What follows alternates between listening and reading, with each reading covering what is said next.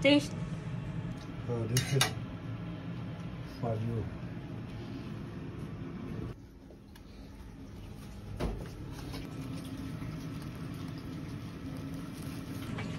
Sir, there is guava in Pakistan, right? Yes, Pakistan too. Guava hai, Malta hai. Hi guys. See guys, we are making this guava. Barbecue kami ng guava guys. Guava barbecue. For cough. You can see Jovi is coughing, so So much caffeine na. Finishing. Allah sir, it become black. no problem. So this is the barbecue guys.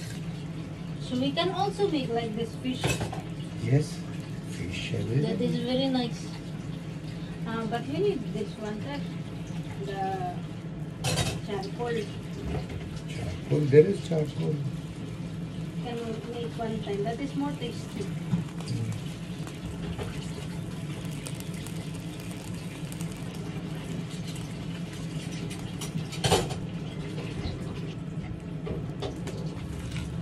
Still we need little more. Until it become black sir. Not only black, it will be like Cook sir with me. same like you people are making banana. Boil or like yeah, guava leaf even we can get from here. There was before in our hospital there was tree they cut. Why not giving fruit?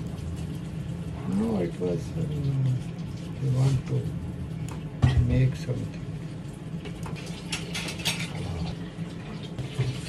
There is here. Hala. Tingnan niyo guys. Yan na yung guava. Yung bayabas na, inihaw na bayabas. Next time guys, lemon na naman yung iihawin namin. Look like that. Para daw to sa ubo. For the capture, right? Wow. So just let it become little cool. Remove this black. And it Yes. skin or seed also? Yes, everything. Oh.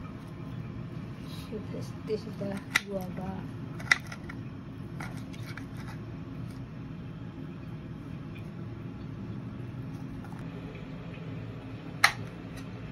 And this one guys for steam. You can add salt. Salt, sugar, and so this is for you.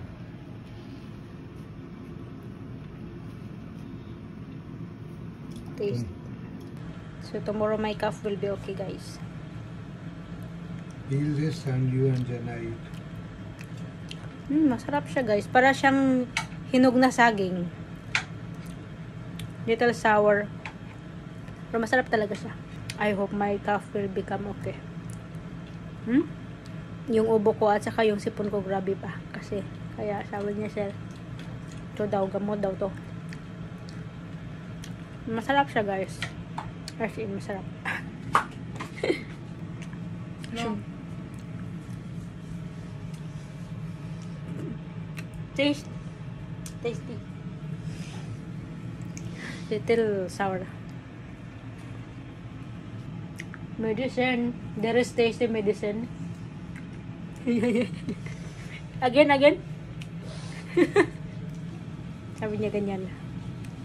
So, ito yung isa, guys. Bango niya.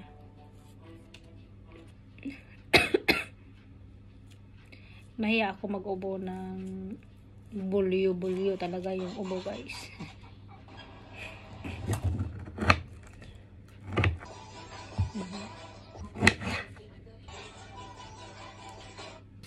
Sarap siya, guys. Sarap. It's tasty.